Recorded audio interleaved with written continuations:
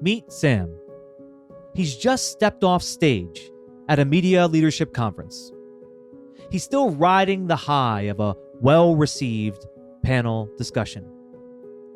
One of the attendees comes up to him and says, you could be a motivational speaker. You're so good at it. Sam smiles politely, but his stomach tightens. As the crowd thins out, those words replay in his mind over and over again. Not as encouragement, but as doubt. Who am I to do that? I'm not an author. I don't have a TED Talk. I'm not some thought leader with a huge following. Sam's built a successful career as a senior communications manager for one of the largest media companies in the world. He's charismatic, articulate, and he genuinely loves being in front of people. His colleagues say he's the voice of the team, and he has a way of turning dry company updates into moments of inspiration. But when it comes to the idea of building his own business, getting into public speaking, coaching, or even building up his own personal brand, he freezes. He imagines the worst case scenario. He thinks about his daughter, Sophia, who's 3 years old. He thinks about his wife, who's been so supportive.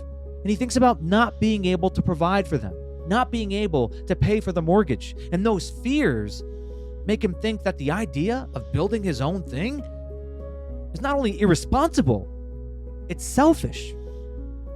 So he goes about his Monday as he always does, hops on a morning meeting, then starts preparing someone else's presentation, and he tells himself, maybe next year.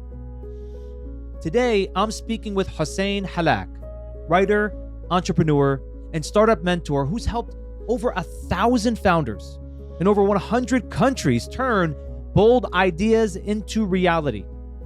Hussein's new book, The Dark Art of Life Mastery, offers a blunt and powerful guide on how to face uncertainty, master complexity, and live with courage.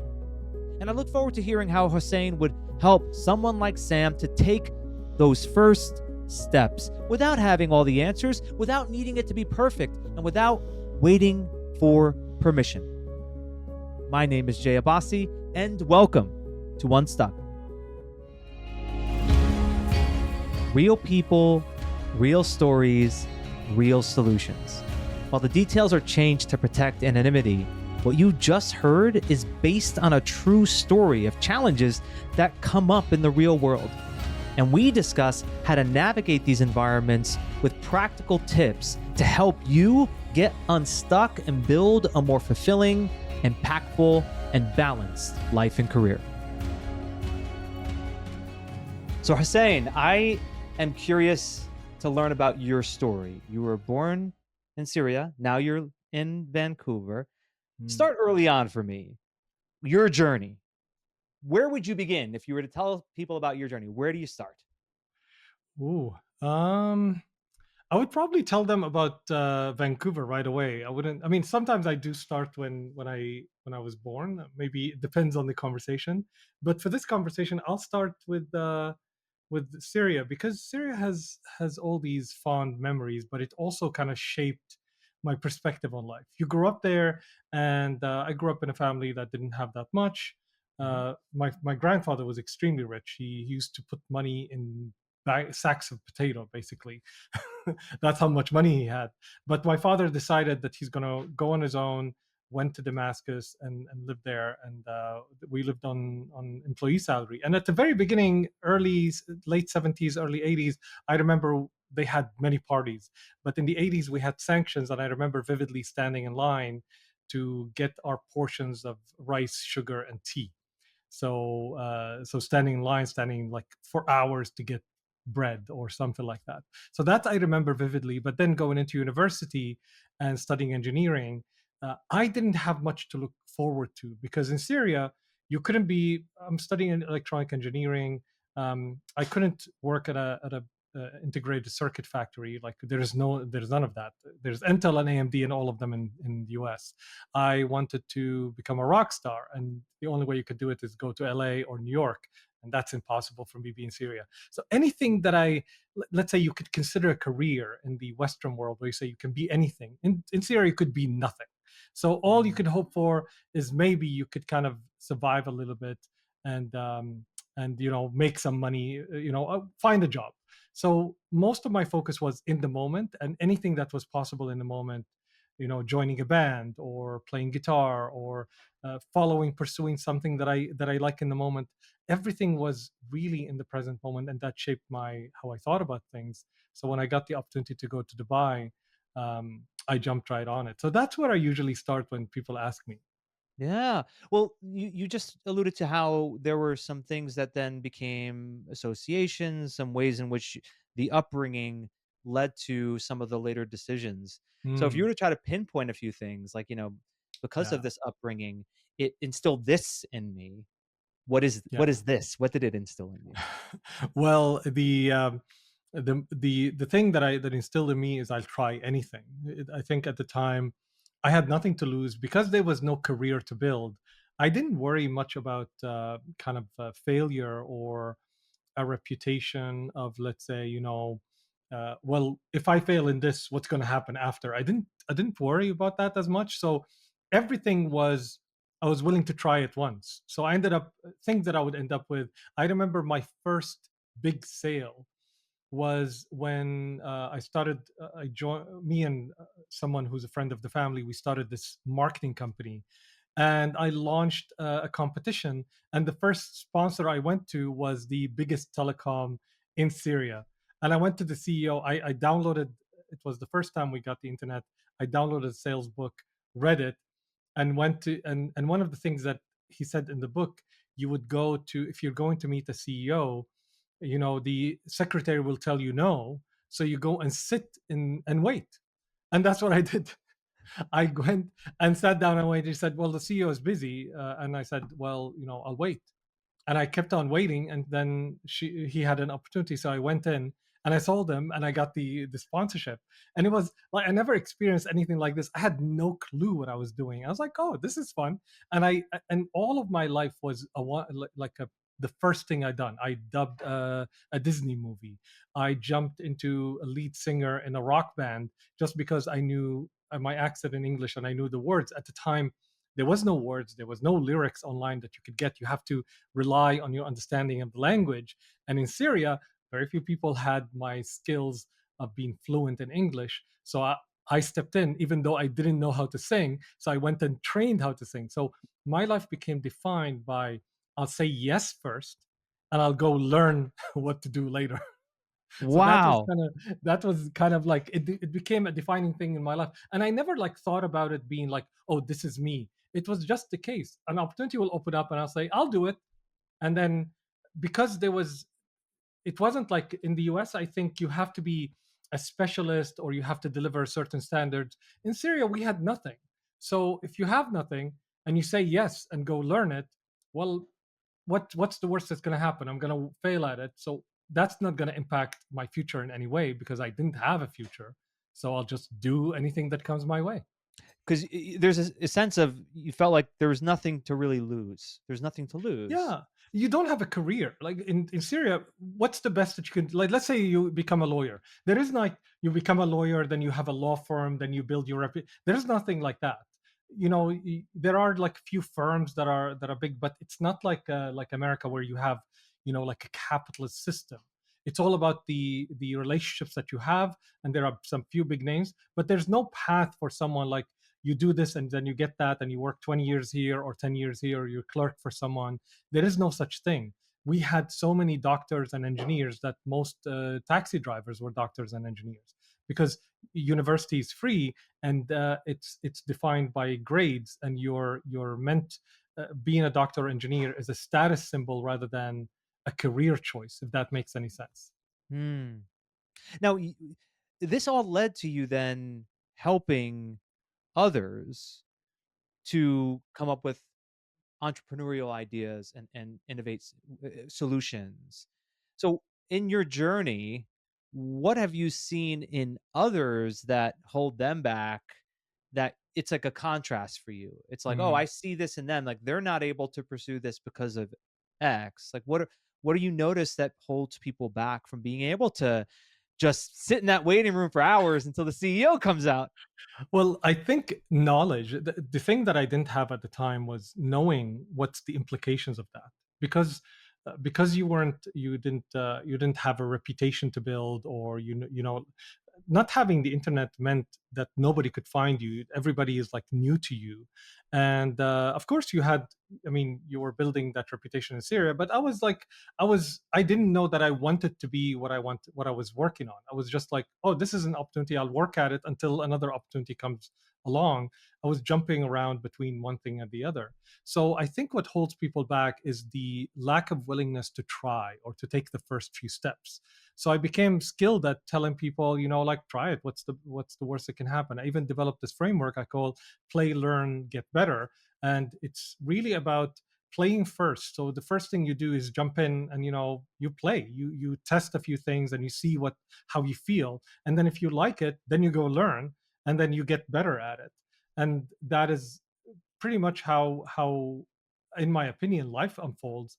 And because we didn't have the burden that you have to build a career or you have to become something or you have a 20 years to get somewhere, uh, for me it gave me permission to try as many things as I could.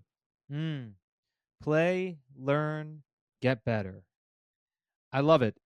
And I can hear the thoughts that might be going through someone's mind, which is, well, Hussein, I want to do that, but there's fear. I'm Yeah. afraid. And it's the fear can be so overwhelming. What do you say to that person who is gripped by fear? I'm always gripped by fear. I think the key is to let go of your vision of yourself in the future, because fear is really about what's going to happen after you do the work. So let's say you try something and you look ridiculous. I mean, I stepped in and I wanted to sing and I didn't know how to sing. Uh, it's not like you could go and train to become a singer like you do right now, or train to become a guitar. These are things that are really, it sounds simple, but in Syria they were hard, and especially if you don't have the money, you don't have a chance, basically. So, but what's the worst can happen? I'll be on stage and I'll try, and people will throw some tomatoes at my way, and that's the worst can happen. But I get to try it. I get to test what it feels like, and I get to see it for myself. And I think the biggest thing is it's fear of failure, and because we don't understand failure, because we don't understand that it's part of the process, the yin and yang of success. You have to take the shot and you have to risk failure in order to have a chance at success. And Mm, unless you understand that, most people try to avoid failure, and by that they avoid success as well. Because unless you're willing to embrace failure, just like taking a shot, you have to shoot at the hoop, and you have to risk that it's going to be out. In fact, most of the most successful people in the world, 70% out of the time, they fail. Michael Jordan, 70% of the shots were missed shots. You have to be willing to risk that, or else you're not going to succeed. So the idea is also, don't swing big, don't bet, don't gamble. So a lot of times what people think, they think of taking those swings as gambles. So they risk, I don't know, instead of risking $100,000, risk $1,000. Instead of risking $1,000, risk 100. Instead of risking 100, risk 10. So what you do is you manage your risk and or de-risk the process by taking small experiments rather than big experiments. Most people want to swing big. I wasn't mm, on Madison Garden, trying for the first time being on stage. It was like a small stage, I'm playing in a band, in a small band. Nobody knew who we are. So what's the worst going to happen? They're going to tell me I suck. That's it. And like they're friends. I'll tell them they suck too, and I'll continue. But so that's the thing. Most of us, when we are fearful, we think of the worst thing that can happen. I'm in Madison Square Garden, and I'm naked, and I don't know how to say anything. Like that's so that's how we think of ourselves, and that grips our imagination, and we're like dripping with fear, and just let go of that, and take a small step, take a shot. You don't have to play in the championship. And it's very practical what you're saying because it's not something that requires a lot of mental effort. It just requires a simple, logical process of walking through what will happen. Like, just get to the reality of it, is what I'm hearing you say, which is Hmm. literally go through what will happen in this scenario. It will then lead to this, in the worst case scenario. And what will then happen? Well, when you logically talk it through to yourself or maybe with somebody, it will then lead you to the clear result of it's actually not going to be as threatening as the mind makes it out to be. Because isn't it ultimately just an illusion? There's an illusion that appears that it is life threatening, and you can work through it intellectually, get to the truth of it, which is no, it isn't. Yeah, I mean, you're right in a way. Unfortunately, a lot of people have different approaches. Like some of us are logical and they think logically and they can analyze things. A lot of times, emotions take us over, and we need to understand why that happens. Mm, We evolved millions of years ago, and our minds have not yet trained to deal with the modern reality that we live in today. Our minds still are the minds of the people who lived 10 or 20,000 years ago, and at that time, the fear that you have meant the difference between staying alive or dying, because you don't know what's hiding, behind the bushes. It might be the next saber-toothed tiger to eat you and your kids. So that fear is very natural. It's not. It's important that you don't treat it as unnatural. It's a very natural instinct. It's how you direct it. So first, understand that fear is natural. That means you're trying to protect yourself. But you're trying to protect yourself. You have to look at the situation and say, what are you protecting yourself from? So what's the worst that's going to happen? So you mm, can imagine what's the worst going to happen. Then look for ways, use your fear to look for ways to reduce the possibility of that happening. So for example, I don't like to lose. I don't like to go into a meeting and feel like an idiot. So what do? I over prepare. So it's not like I try to rationalize myself and say, well, what's the worst going to happen? Like, okay, let me speak to myself logically. That's never going to work. So what do? Is like, okay, so I'm fearful. So how do I address my fear? Let me over prepare. Let me make sure that it's the best meeting. So at least, even if I'm rejected, it wasn't for lack of preparedness. The person have always the right to reject me. I can't control what their action, but I can control how I walk in. And that became kind of my modus operandi. Every time I'm doing anything, I am like so over prepared. I call it like the $1 million rule. I do anything as if I'm paid $1 million to do it. So I yeah. do it with so much perfection, so much energy, as much as with the time that I have, that I walk in. I said, there's nothing that I could have done that I haven't. So now I made my choices, and I did what I can do. The rest is up to the world. Yeah. W- we feel the fear, the emotion comes up into the body. Mm, You see it as this is part of being human. It's natural. yes. The power comes in, you use the word redirect. I think that's a good word. Redirecting that emotion to something that will then serve what it is that you're looking to achieve. So in other words, it becomes the fuel to then over prepare, to right, to make sure that you're going to show up at your very best. So Yeah. it's first, it requires awareness, right? You have to be able to notice it, because so often people are just reacting and the emotion is just leading them down a certain path. So I think the Yeah. first thing is you have to be able to recognize it, right? I was saying in the moment, and Yeah. then make a choice as to how you're going to direct that energy. Yeah. If you think about it, it's like these martial artists.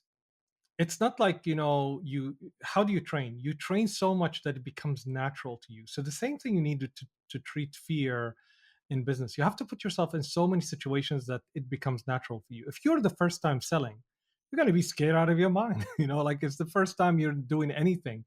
You're going to be overwhelmed with emotion. So you need to never, as much as possible, never put yourself in a situation where the odds are so stacked against you, or there's so much to lose. What you want to do is you want to put yourself in situations where the risk is lower. So for example, if you're meant to speak or to present something, practice, but also put yourself in front of other people and try to say it in front of, like, one of the things that we do, a CEO that I worked with, he would actually pitch his sales pitch to his kids. So he'd gather his kids, and he gathers I love it. and he does his sales pitch, because by the time he does it in front of other people, he's done it a few times and gotten some feedback, and encourages people to, like, his kids, to say whatever comes to their mind.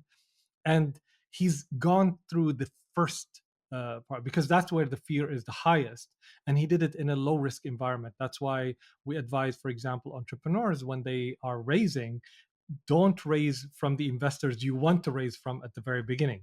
Talk to Yep. investors that if you lose, you don't kind of, you don't kind of, like, lose your mind over it. It's like, oh my god, I lost this opportunity, so that you're not as kind of fearful and as unprepared, or the odds are not too much against you, and you don't feel so much regret when you do that. Yeah, it's kinda like, dating, there's a girl that you're really, really interested in, and you've never approached a girl before. Maybe you approach a different girl first, right? Not to say like you're trying to just like you get yourself into it, you Yeah. rehearse it a little bit before you make a fool of yourself in front of the one that you're Yeah. really hoping will like you. I mean, yeah, if you want, dating is not within my lexicon in Syria, so we don't date.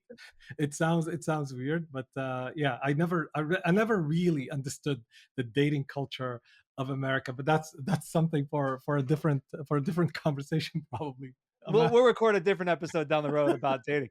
No, no, but I think you hit it right on the head, which is this isn't something that one should expect that they're going to be perfect at. Therefore, they just jump into it, Mm, right? Jump into the deep end. Get yourself prepared by taking smaller steps, and as you said, not taking a big risk. And I think that what we heard about Sam's story is he found something that he really wants. He's something he really likes and something he's really interested in. But he is holding himself back. And one of the things that I hear in him that I hear all the time, you probably hear it too, is the imposter syndrome around, well, who am I to? Who would want to hear me? Why would they listen to my idea? How do you recommend people work through that a very natural thing that comes up for us, that imposter syndrome, that self-doubt? yeah. I always like, one of the things I like about your podcast is the way that you put things. So it's always intriguing. For me, I think I wrote a book, the book before this book, which I never really published. It's called "It's Not About You," and it's we think that the world revolves around us. Our world revolves around us, for sure. We're the center of our world. We see everything through our own eyes. It's very hard to kind of detach from that. So if you really want to do something beyond you, or like, you want to do great work, you want to build a company, you want to add value to your family, to your community, you have to stop thinking about you, and you have to start thinking about what do others need from you, or what do they desire. So it's really not, when you're on stage, one of the things that get me to have less stage fright or no stage fright is I'm always not thinking about how do I want to show up, or what do I want people to perceive me. I actually show up for other people. I ask myself, what do I want to contribute to people? Why am I here? What value am I here to deliver, and who am I serving? And once I'm thinking about those, in fact, all of my fears dissipate, because I'm zeroed in and focused on the value I want to give, the impression I want to, how I want to change their lives. And that drives me into, like, even when I make a mistake, I stand up again and I do, because there's a purpose here, there's something I'm in service of. And it's such a powerful concept that it kind of change your whole being. It's very hard to explain, because it's just a mindset, but it shifts completely how you feel about that. Because when you're Mm, showing up for you, you're all in yourself, and you're worried, like, how do I look? Are people perceiving me okay? Do I look okay? And you're worried about you, and you completely forget everybody else, and that fear arises because you can't control. You're there. It's very hard, like, let's say I don't like this shirt, and now, or it has a spot on it or something, and now all I'm thinking about it, and I can't change it. Well, I'm not gonna stop and go, home. I'm already on stage. But if I start thinking about the person that is there and what I want to add to them, and what probably they're going through their lives, and how much value I'm there to give, and the purpose I'm there to serve, that changes everything. And it gives me permission to go beyond how I look, how I feel, all of that, and go be in service of that purpose. And it just empowers me. And I highly recommend, like, for someone like Sam, or anyone who's thinking like that, if you're fearful, if you're all in yourself, just think outside of you and think, who do you want to serve? What value do you want to add? What does your family expect from you? Who do you want to be for them, rather than who you're being for yourself? I love it. You said that this book, you didn't publish it? It's not about you. You didn't Yeah, publish I it? wrote like four books before this book, because at the time I wrote those books to become an author, if that makes any sense. Like, I wanted to be an author with a book. So by the time I finished them, I didn't have that much. They were my books, but I didn't have that much connection with them. This book, The Mm, Dark Art of Life Mastery, is a book that I felt with all of me, that I'm having a conversation with someone. And it was kind of my legacy of all of the knowledge and the wisdom that I gained. And I put it in a book so that people who never get a chance to meet me, I get a chance to mentor them and add value to their lives. So that's why I yeah. wrote that book. Yeah, yeah. It sounds like, I mean, both books sound amazing, but the reason I asked you is the title and what you just described is incredibly intriguing to me. There's a working title for the book that I'm writing right now. I'm still working on it, but essentially the title I think I'm leaning it towards is "Lose Yourself." And the same theme of what you brilliantly summarized, which is that we are at our very best, we are happiest as well, and most fulfilled and rewarded when we're not self-absorbed, when we're not thinking about ourselves. And that is easier said than done, Hussein, right? I mean, it is, as we're in a society where everyone's telling you to think about yourself. We're in a society where it's rewarded, it's considered to be praised to make it all about you. But I believe that that's the reason why there is a mental health epidemic. I believe that the reason why in 2030 mental health is going to be a bigger issue than any other disease in the world is Mm, because we are continuing to direct all of our focus onto me, and that creates separation between me and everything around me. mm, Therefore, I am not connected to anything anymore. yeah. So true, because the issue with that is, um, there's so little to change about when you think about yourself. Mostly, it's not like thinking, who do I want to become, or what kind of person do I want to be in relation, because who you want to become is never in isolation to the community around. It's who you want to become in relation to this community. But most of the time, it's like, who do you want to become? How do you want to look? My hair, what I want to dress. I mean, and I've been in through that stage, and you know what? Like, it kind of dissolves really quickly when you want to be with someone in such a way that you want to add value, that you want to, bring joy.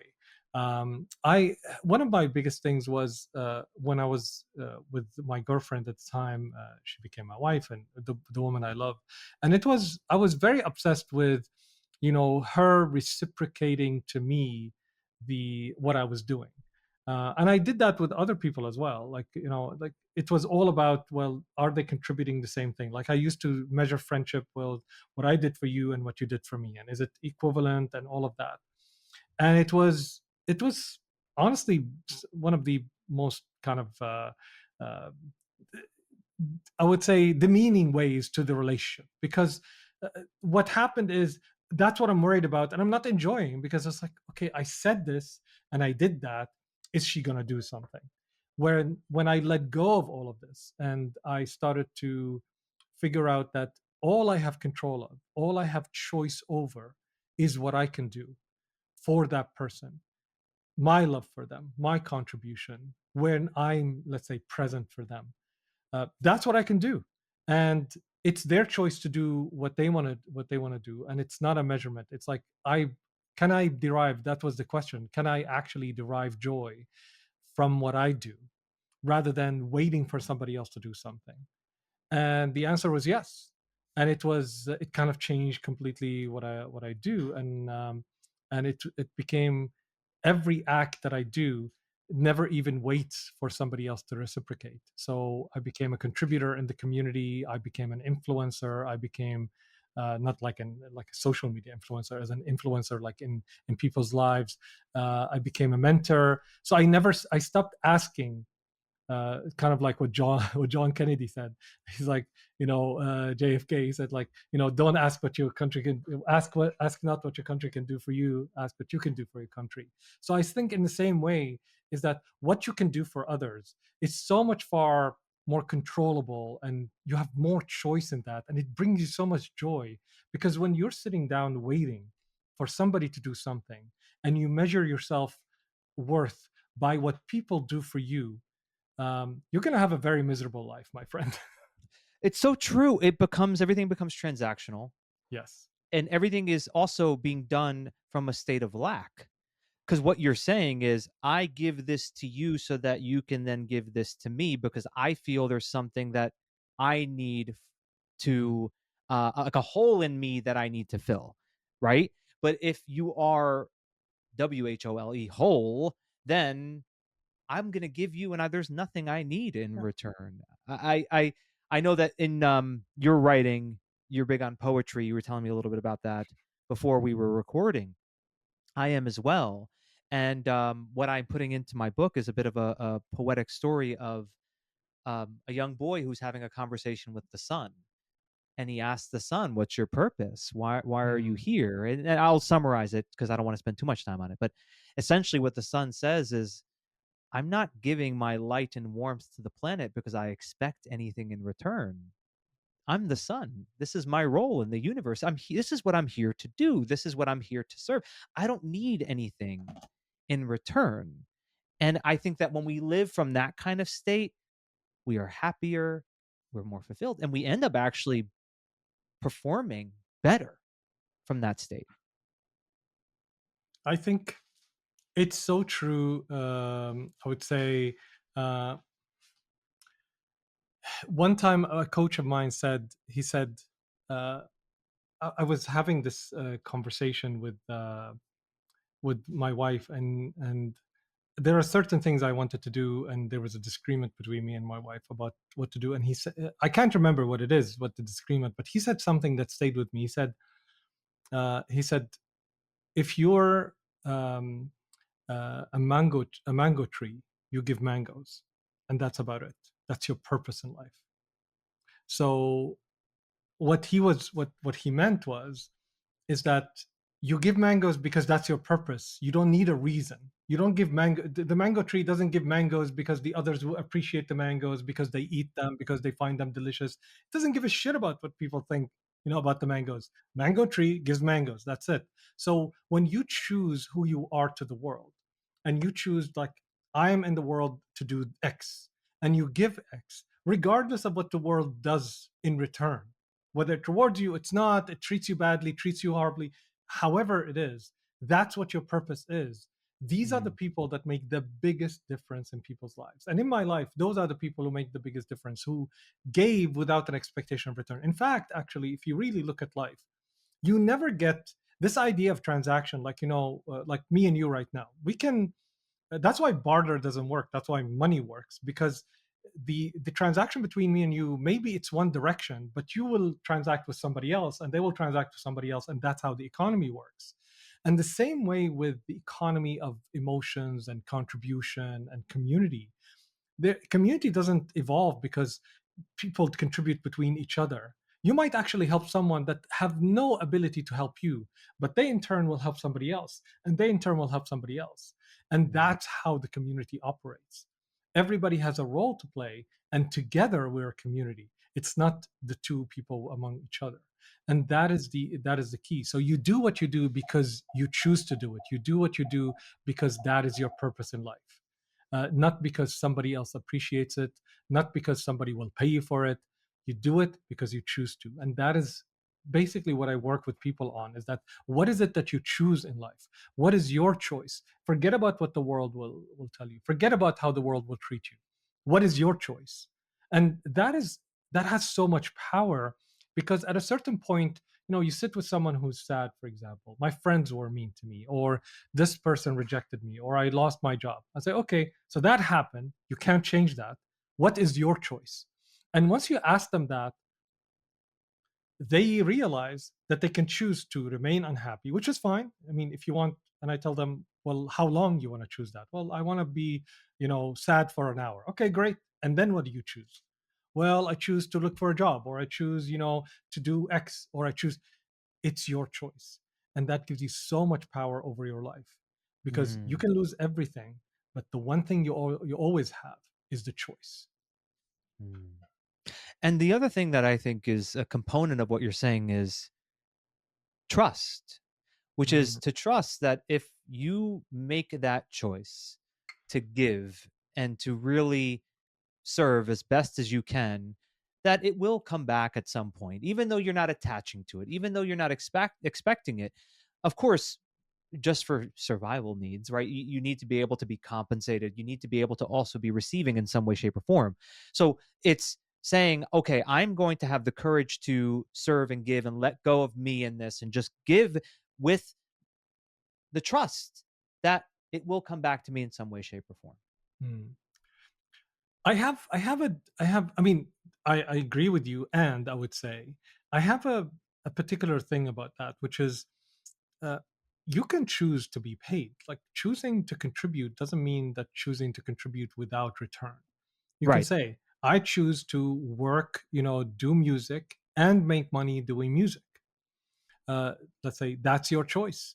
Then you need to figure out, you basically activate all your skills and stuff to make that work, or at least to try.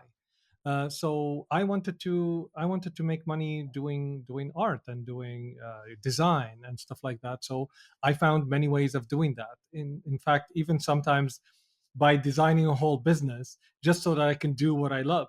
So um, I think we kind of underestimate how ingenious we are in kind of constructing things and creating things from nothing. Mm. And we surrender. I think Steve Jobs said something. We surrender to the way things are, and Steve Jobs said, "You have to remember that everything you see in the world, somebody came up with this. This is not something that, like, written in like stone, or like that's the way it is. It's not Somebody came up nature, with it. right? Exactly. Somebody It's came not up with nature, it. So you can right? come up with a way." I was sitting with a young kind of entrepreneur just graduating, and he said, "You know what? I really want to work with people, and I love working with people, but it seems like if I want to do X, I can't work with people." I said, "Well, how do you say that?" "Well, because this is how the industry is." I said, "Well, why don't you invent something? Why don't you create something? So why don't you pursue?" Because we have this thing said, I either do this or I either do that. So it's a matter of, I have this approach. I call it the concentric circles approach, which is, you put the thing that you love to do the most, that comes naturally for you, that you would do, uh, you know, even if you weren't paid, you will do that, and you put it in the middle, at the bullseye, and around it you start charting the things that are the closest to it that you still want to do, but let's say less.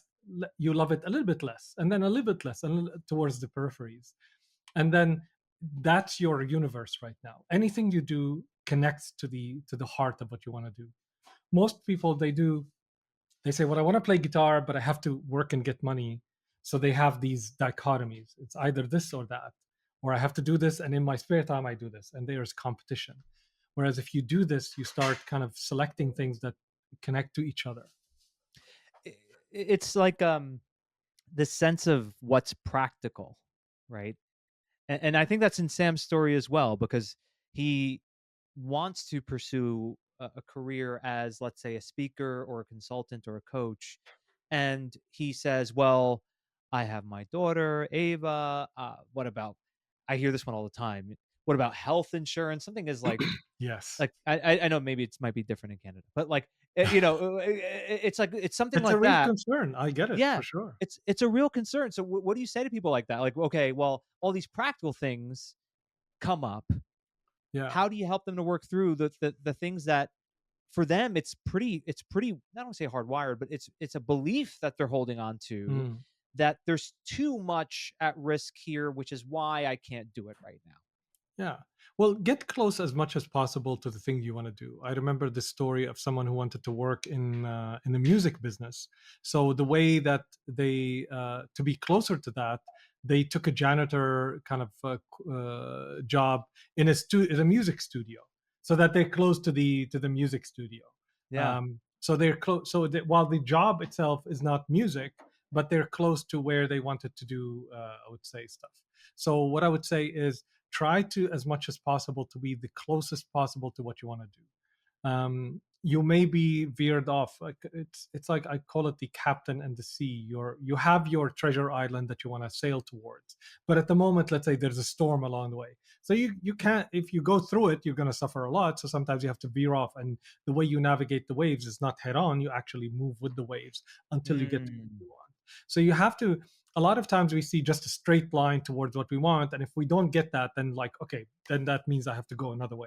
No, it's like actually that's how you get to life. Sometimes you have to go all the way like this to actually get to life. You have to kind of go a winding road to get to where you want. As long as generally you're heading towards that direction, some veering off the road sometimes is unavoidable. That's how life is.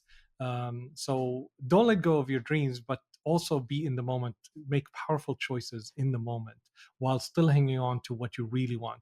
And also another way, sometimes you have to examine that. Like 30 years ago, I wanted to be a rock star. I wanted to play guitar and be in a band, and that's all that mattered. Don't get me wrong, I still want that. But at a certain point, I actually enjoyed building businesses and working with entrepreneurs far more often. So I didn't mind, letting go of the guitar or the time of the guitar because I was really deriving joy from that. And that's okay. We are not defined by what we choose for ourselves by, 20 years ago. I'm not that 20-year-old person. And Hmm. I shouldn't define my life today by what he wanted. I define my Right. life today by what I want today. So every day is a new day. Every moment is a new moment. So why not ask yourself what matters most to you right now, not Yeah. what mattered most to you yesterday? And that's okay to let go. Sometimes I think what we do is we look back and say, well, if we let go of our goals that we had yesterday, are we giving up on our goals? Are we? So we judge ourselves, and we come from there instead of like, this is not important for me, and that's okay. I have a different choice right now because I'm living a different moment, and Yeah. that is also to give ourselves permission to do that is a very powerful thing. I think you're absolutely right, and it applies to both the past and the future. Which is to say, if I make a choice today, it isn't a life sentence to where you couldn't make another choice a year from now, 100%. right? Right? Like you have to use the term give permission. You have to give yourself permission to say, I make this decision now. And you said it before, the three steps: play, learn, get better. But part of play is you play in this sandbox, and if it doesn't feel right to you, then you can make another choice. No Yeah. one ever, one decision is never a life sentence.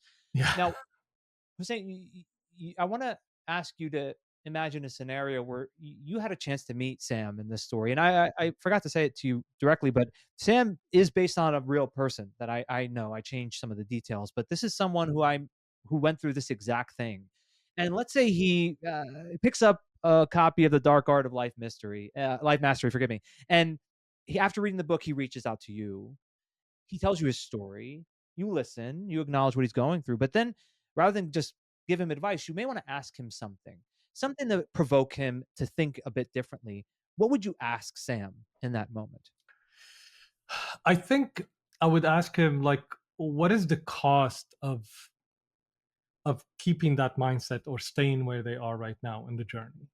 Hmm. What is the real cost of doing that, and what is the possibility if they let go of all of that and choose differently? And usually when you think of these things, you that opens up something with people, because sometimes we don't think of the cost. We just think this is what it is. Now this is my life, and we don't think change is possible. So that's what I would ask them, and it's usually Hmm. a good way of doing that. There's another question that I love so much that I like to ask people, which is, um, what what is the one thing that if you don't have right now, nothing else matters? And usually that puts a lot of things into perspective, because we want a lot of things. But if I asked what is the one thing that if you don't have, nothing else matters, um, people come up with, they become very, would I say, come head to head with the reality of what matters most to them. Mm. It's a way to immediately pull up the highest value, the priority of their lives, in a very smart way. And Hussein, I feel like I could speak with you for hours, but we may have to do this again. And for anyone listening, I highly recommend checking out Hussein's work. It's HusseinHallak.com. It's HusseinHallak.com. And we'll put it in the show notes. And then the Dark Art of Life Mastery, that's available for anybody who wants to read it. And I know that in the book you incorporate some poetry, some creativity in the book, which I think is what makes it so interesting and beyond just what you normally read from the bookshelf. So Hussein, I want to thank you so much for taking time today, sharing this with our audience. I got a lot of value out of this conversation personally, and again, I feel like it could have went 2 hours, so I think we may have to do it again.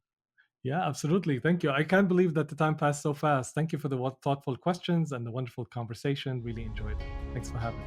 I was blown away at how much Hussein and I had in common. Some of the philosophies that we really believe in, the things we write about. Felt like we could have talked for hours. I will do my best, as I do, to synthesize this down into 3 major insights and 3 actionable takeaways. First insight: play, learn, and get better. He said how he would say yes and go learn later. What is there to lose is the way he approached it. He had a willingness to try, to take that first step. So ask yourself, what's the worst that can happen? You don't need to learn everything before you start. Just have enough knowledge to be able to begin, and trust that you'll learn as you go. Second insight: don't swing too big. It's okay to take a risk, but take a calculated risk. Don't gamble too much. There's going to be failure. It's going to happen no matter what you do. So manage that risk and start with experimenting in a small way. Third insight: if you're a mango tree, you give mangoes. I love that. It's not so much about the mango tree getting some reward for giving away its mangoes. That's what the mango tree does. It gives away mangoes. In the same way, whatever you're going to be giving, give it. Give it without it being transactional, without it being about you getting something out of it. Trust that the way in which our communities are built and the society is built, it will come back to you one way or another. If you add enough value, if you serve enough people, you will receive in the end. So be of service to others. Don't wait for people to give you something. You give, and sooner or later, the way you show up for other people is going to come back to you in the end. Actionable takeaways. First, apply the $1 million rule. He said one of the things that helped him was he would approach some talk he had to give or some meeting he'd have to be ready for or something he was writing as if he was being paid $1 million to do it. So he'd over prepare. So if you have that kind of mindset, then the fears that you have will reduce significantly. Second actionable takeaway: practice in lower risk scenarios. He told that story about the CEO having to do a big pitch, and he would pitch to his kids. Well, what are ways in which you can manage through that fear, which is perfectly natural, to manage through it in a way that's a bit safer? Start there. For example, if you've never done any public speaking, how can you do a bit of public speaking in a way where you're in a safe environment? Maybe it's just in front of your partner, in front of a few friends. Then you build yourself up into being in larger arenas. Third actionable takeaway: it's a simple question. What is your choice? What is your choice? What are you choosing when it comes to the actions that you're going to be taking and the decisions you're going to make. And if you look at it from these two angles, the first one is, well, what matters to you the most right now? Meaning you're not basing it off of the past. You're not judging yourself for things that you've already decided in the past, and you're not trying to make decisions for yourself in the future. It's just right now, what matters most. That's going to enable you to be able to make the right choice. And then the second thing is, what is the real cost of this? What is the real cost? If you don't make a choice in this moment right now that's going to lead you to a better future, well, what is the cost of that?